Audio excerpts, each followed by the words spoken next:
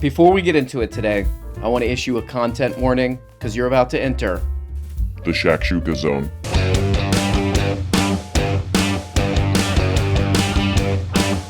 Shakshuka. Well, anyway, guys, what's the date today? Oh, it's September 11th, and everybody knows what that date is. It's an infamous date. That's right. It's International Person of the Day. Ooh, who's this? Who's that? Who's that beautiful little Shakshuka? Right there. That's right, guys. It's the pride of Austin. He's banned from many of the expensive restaurants all around Austin for, let's just call it, causing a scene. Let's see what he's got to say. Look, I'm not bragging, but if I really want to, I can pick up pretty much any woman I want. I mean, I know how to talk to a woman. I don't do that. Plus, I'm married. Oh, okay. Oh, thank God. Thank God marriage is holding him back. Women are throwing themselves at me. Women are throwing themselves at this guy like he's a beautiful plate of Shakshuka. Okay, that's enough of that one. You know, we don't doubt at this channel that Alex Jones's riz around these parts goes a long way, but he did meet his match the other day. I think Alex Jones found the one the other day. Go to the clip, please. How are you doing? Good, how are you? Tell us real quick, would you like to wear a mask again or try to bring the mandates back? I do not want to wear So you're not, well, come tell us. You won't? Well, all right, you better speak up. They're coming to do it. We got one more person the day, and it falls into the give us pizza or give us death category. And if you don't like this segment, you're a fucking joke. You're a fucking joke. Tell me off for standing on the public street. Just being a Your Whoa. shirt 6 sizes too small, Fatso. Just go yourself and the whole fucking platform you're on. Oh, you don't like the platform. You're a joke to me, dude. You know what? You're Take making your show and your game and go somewhere else. blah, blah, blah. Blah, blah, blah. You're all talk, dude. 50 You're all million? talk. Was that all talk? Yeah, kind of like that New York Times article. Here we go. Here we go. This fucking guy right here. You know, I, like many of us, have zero interest in Dave Portnoy or Barstool Sports. If Barstool Sports was giving away free pizza for life just to go to their website, I probably still wouldn't do it. That's how uninterested I am in this crap. But Dave Portnoy has really figured out that if you just film yourself eating pizza on YouTube, they will shower your little Shakshuka with views. This is a viral moment. This is a very Massachusetts to me. This is a very Massachusetts moment where it's two guys who have fully committed to an argument in an almost romantic way, I feel. I feel like what I would do in this situation is like, this guy's an asshole. I'm out of here. I'm not going to sit around and deal with this. They will go really deep on an argument, and they want each other to prove things, and they'll do this for hours, and it'll never end up in a physical confrontation. Okay, but that's not the funniest part. Dave Portnoy goes on the Tucker program. What's this guy's? What does he sound like? You're a moron. Hey, come on, man. I'm doing my best. So he goes on. This took the whole viral moment thing to a new level. Check this out. Everyone to say good job or he has a big ego. But nobody's ever been like, you're bad for small business. That guy is what is wrong. And this may be over the top, but he's what's wrong with this country. Like, fine, I don't care what your politics are, left, right. Oh, hell yeah. He just took the Massachusetts arguing guy to a whole new thing. That guy's what's wrong with America. He wants to go back and argue with that guy more. Dave Portnoy thinks about that guy. Dave Portnoy has been thinking about nothing but that guy for the past 2 weeks. You know, I've had people say that I'm a fence sitter and that I need to have some sort of call to action. Okay. And I guess, like, if there's anything that I would respond to that with, a Pharisee asked Jesus, teacher, which is the greatest commandment in the law? And Jesus, That's in the Bible. That's in the Bible. Jesus replied, love the Lord your God with all your heart, with all your soul, and with all your mind. Oh, okay. This is the first and greatest commandment. And the second is love your neighbor as yourself. If we could learn to make that our priority, it would resolve a lot of the conflicts that have become like way overcomplicated, you know? Oh, I love this song. What? No! Shakshuka. Okay, so this guy's still making the rounds. You know what kind of rounds he's making, this guy. Sounds like this. So, of course, the Fudge Rounds guy went on Jordan Peterson's. I watched this whole thing. Again, thank God for 2x speed. Okay? It's a 2-hour interview. I'm sorry, the guy seems like a nice enough guy. It's the boringest thing I've ever seen. It's the boringest interview I've ever seen, but of course, for a Geordie interview, it could be way worse. I mean, I've watched a lot of these Geordie interviews, oh boy. A lot of them you have to power wash your ear holes and eyeballs after you watch this crap. But that's the best part from the Geordie interview, where he's like, look, people say I'm a fence sitter, and that's bullshit, okay? Because I'm about to hit you with some real partisan crap right here. We should all love each other. If we could just love each other, then... I don't think there's a big epidemic of unneighborliness through America, you know? Look, I don't know what the hell my neighbors believe.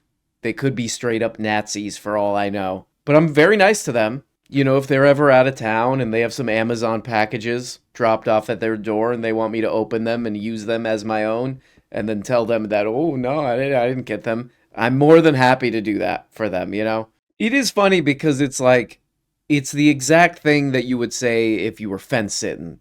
Okay, this has got to be the final word on the Fudge Rounds guy. Because this guy has gotten way more breath and airtime than he should ever.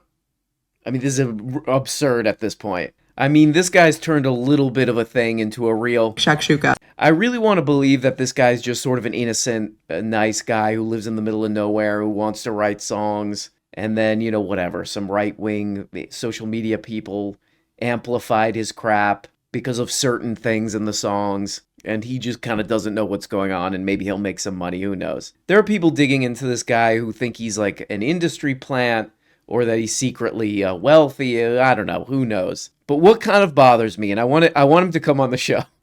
What's the guy's name? Oliver. Come on the show, please. Just embrace your fame.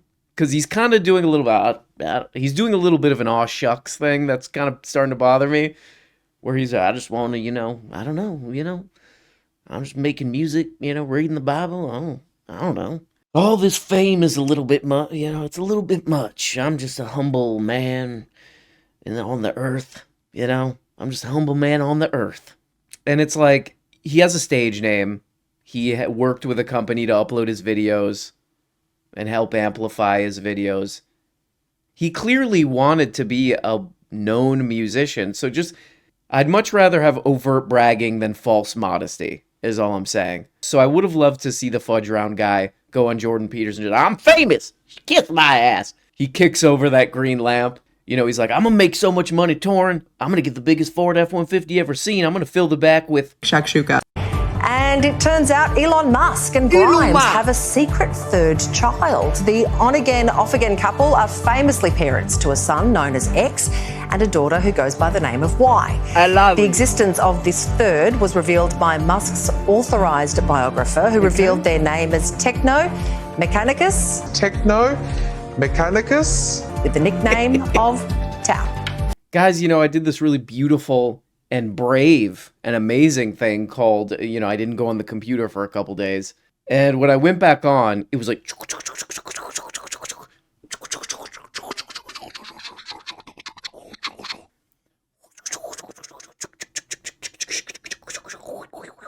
It was doing that with stories about... Iluma, I love you. Iluma. I guess because this Walter Isaacson book came out. Walter Isaacson is this biography writer who did, what did he do?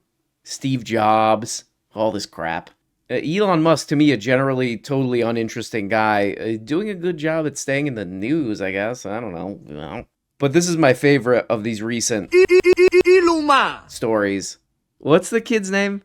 Grimes and Elon Musk reveal third child, Techno Mechanicus. Woo! Okay, people have been making fun of this. I'm going to go ahead and say, I'm going to swim upstream on this one. I like it. I actually kind of like it. What is it? Techno Mechanicus. I think this honestly might be the one thing that I agree with on, is that making up these stupid fake tech names, these stupid fake techno future names, it's really fun.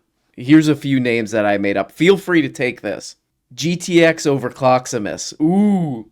Rejuvenus Agronomium. Ooh, that's cool too. Toilet.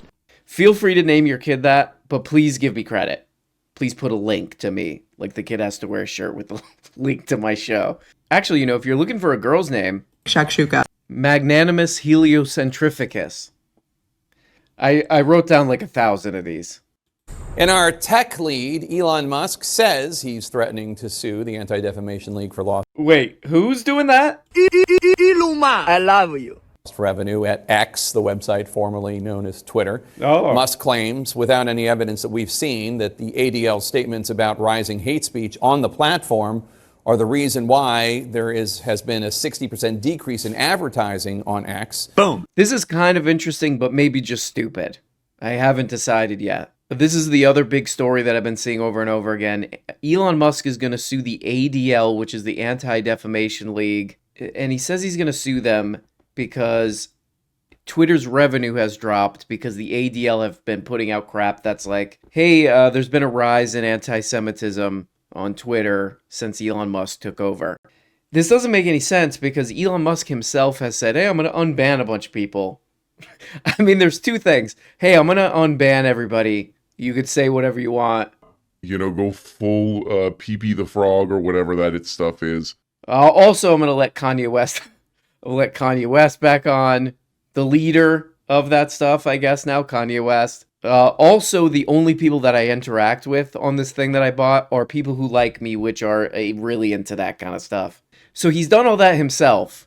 And of course, if you do all that, advertisers are going to be like, well, I don't really want my product, Nike or whatever, for the new Ford Bronco. I don't want that next to a swastika, frankly. So maybe we'll pull some of our ads. So he's going to sue the Anti-Defamation League because out of nowhere they've convinced advertisers that they've misled them that there's more anti-Semitic stuff going on Twitter. Elon Musk does a lot of this stuff where it's like, oh, is this just for attention? Like, are we falling? Okay, a lot of people are doing back and forth and doing arguing about this Elon Musk ADL lawsuit thing. And this is probably the funniest.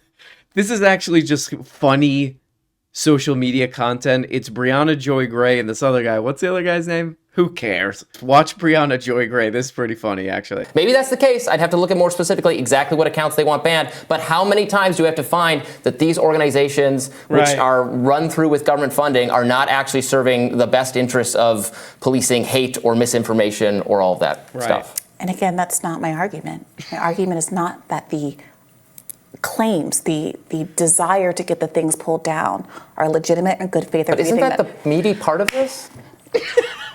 We're talking past each other. I don't know. As I was saying, my argument is not that the stuff is being taken down is legitimate. The question is whether or not Elon Musk's claim that the ADL of all the organizations that have made accusations that Twitter is a more hostile, more racist, more bigoted place than it was under the previous leadership is responsible for his radical dip in revenues, and not multiple different organizations who have assessed what many people have personally experienced, which is an increase in hateful language, the likes of which the average advertiser doesn't want to have their stuff alongside. And Elon... It's true. People are on there now saying stuff like... Shakshuka. Stop. Do not press that. I really got to hand it to the Honorable Brianna Joy Gray. She's really been... I've seen a couple videos of her in the past couple days, and she's really on her, like, restaurant parking lot argument kind of attitude, which I do respect. Are legitimate and good faith. But isn't that the meaty part of this? We're talking past each other. I don't know. As I was saying, my argument... But I never really thought about this. This is a pretty good case. Brianna Joy Gray is good at laying things out in a very lawyerly way. A bunch of different organizations have looked into like hate speech on Twitter since Elon Musk has took it over. Like, why would you target the ADL as the one of all the places, universities even, who have done studies? It could hint at what a lot of his followers probably like, which is... It could hint at, they're at it again, guys. You know who I'm talking about. What? I didn't say anything. Because it's definitely a terrible lawsuit that makes no sense. Okay, so there's a weird twist to this story, this ADL suing story. This is from Fortune. According to Elon Musk's own math, the company formerly known as Twitter has lost... Whoa! Formerly known as Twitter has lost 90% of its value. and could be worth just 4 billion. Oh my god. 90% of its value. Oh my god. Well, that doesn't sound good. I'm not a business guy. I'm more of a shakshuka guy, but that 90% doesn't sound good. But the most mystifying feature wasn't that once again Musk shot off his mouth and hit his foot, but that he actually put a number on the financial damage allegedly inflicted by the ADL that's likely to floor his partners and lenders. In the post, Musk charges that the ADL seems responsible for most of our revenue loss, and adds, I don't see any scenario where they're responsible for less than 10% of the value destruction, so around 4 billion. And basically these fortune writers like did the math and they're like, oh, well, based on what he just said in his post, looks like Twitter lost 90% of its value. Did he accidentally reveal that? Is this some kind of a scam of some kind? Nobody ever knows with this guy who I'm kind of sick of hearing about, actually. His name is Iluma. This is pretty cool. I would call this extremely cool, what I'm about to show you. But while I was reading about these Elon Musk stories, this one site came up with the headline that I had to click on, easiest ways of how to contact Elon Musk, ?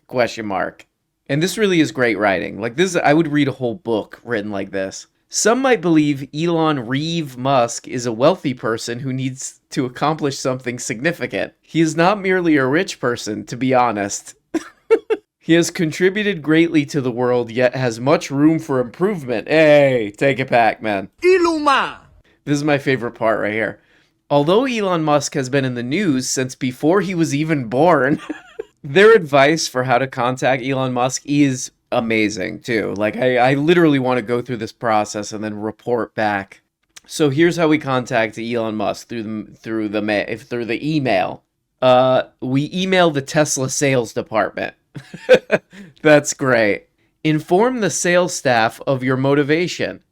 If they believe it to be sincere, they will tell the man about you. Wait, they'll tell Iluma about me? And then he'll look at me and he'll say, I love you. That is kind of an amazing thing to tell one of these like Muskites, one of these Musk followers, Yeah, just contact the Tesla sales department. They'll connect you right away. You just call some salespeople. I'd like to speak to Elon Musk, please. Okay, I can wait. Hello? Okay, so this is some great advice, too. One of the most well-known users on social media is Iluma, who has over 30 million followers on Twitter. Oh, wow. There's a decent probability he's read any recent letters you've written to him. Okay. He's definitely reading your letters and looking at those pictures that you sent him of yourself. I think, honestly, I'm not even lying, I think this is my favorite kind of writing. I've been trying to read some of the classics. None of it hits me like this. This is true. I can picture who wrote this. I can picture where they are. And it literally makes me happy, this kind of writing. What was the kid's name again from earlier? Ignatius Techmonius or whatever it was. Okay, full disclosure. I've always been a Grimes fan, okay? I watch the What's in My Bag Grimes. I'm a big fan of Grimes, but she did an interview with Wired that came out like a month ago, and she said one of the most dystopian, disturbing things I think I've ever read, honestly. If she believes this, please, someone talk to Grimes. So they're talking about like Chat GPT type programs, and she says this: I think a lot about the fertility crisis and low birth rates. If you can make life a lot easier for moms, maybe that would help. People get really scared to have AI companions for their kids, but it could be great for my kids to be talking to someone all day as opposed to watching a screen. What the hell are you talking about, Grimes? What the hell is this shit, Grimes? We do have a lot of evidence about what works well for new parents, makes it easier to have a kid. One thing that I have not considered, and I will not consider, is, you know how we can get more women to have kids? Let a robot talk to them. Let an app talk to them. Get a bunch of lines of code that predict things based on patterns that they see on the internet to interact with your child. That'll fix all those problems, as earlier described. All right, and this last one is the final weird. You know, when all these Elon Musk stories came out. This is probably the weirdest one.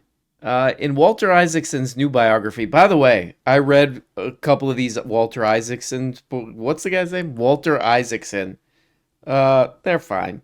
You know, airports love them. That's his tagline. Walter Isaacson. Airports love him. In Walter Isaacson's new biography, Elon Musk, which will be released next week, he reveals that in one incident last year, Musk ordered his engineers to turn off the Starlink communication satellite just as explosives-laden Ukrainian submarine drones approached a Russian naval fleet. The submarines, quote, lost connectivity and washed ashore harmlessly. So I guess this is Walter Isaacson talking to Elon Musk, and Elon Musk told this story, I guess is where this came from. But if you think about this is bizarre, you know? Because we just listened to these stories about this guy. He's like coming up with fake lawsuits to please like weirdos on Twitter. Like the weirdest weirdos on the internet. Like the creepiest little perverts on Twitter. He's trying to get them to like him or something.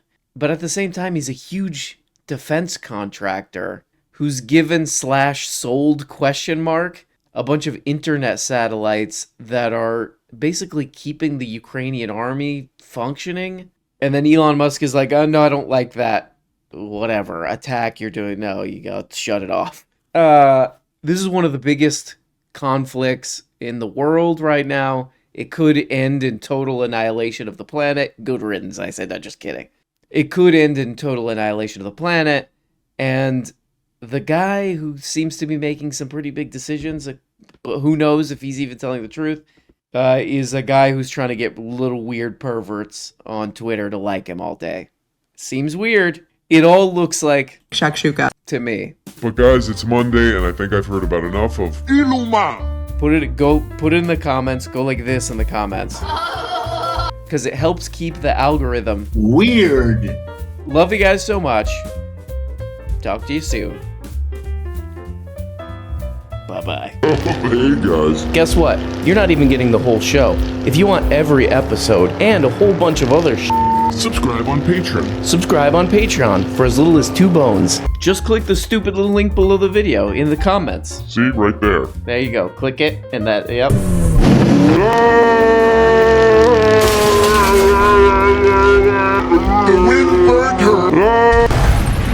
When you become a patron for as little as 2 bones, you get the Tuesday, Thursday, patron-only episodes. You also get the weekly Book-a-Blega show where we talk about important books. The questions and comments thing where you can ask questions and make comments and all this crap. All for less than the price of a rancid Charleston chew. And for only 25 putrid little dollars, you could become a producer. That's right, support the show and get your name up here. Look at these people. Look at these people, it make the show possible, okay? God. I mean, without these beautiful people, this show goes straight into the dumpster. A rotten, just wet, disgusting dumpster, behind a restaurant. So there's old milk in there. That's where this show ends up without these people. Is that what you want? Okay, I guess it's what you want. I'll just leave. Nope, it's done. It's too late. Okay? Here we go. Here's the dump truck. Here's the dump truck come to pick up the show. This is what would happen with no producers. Thank you.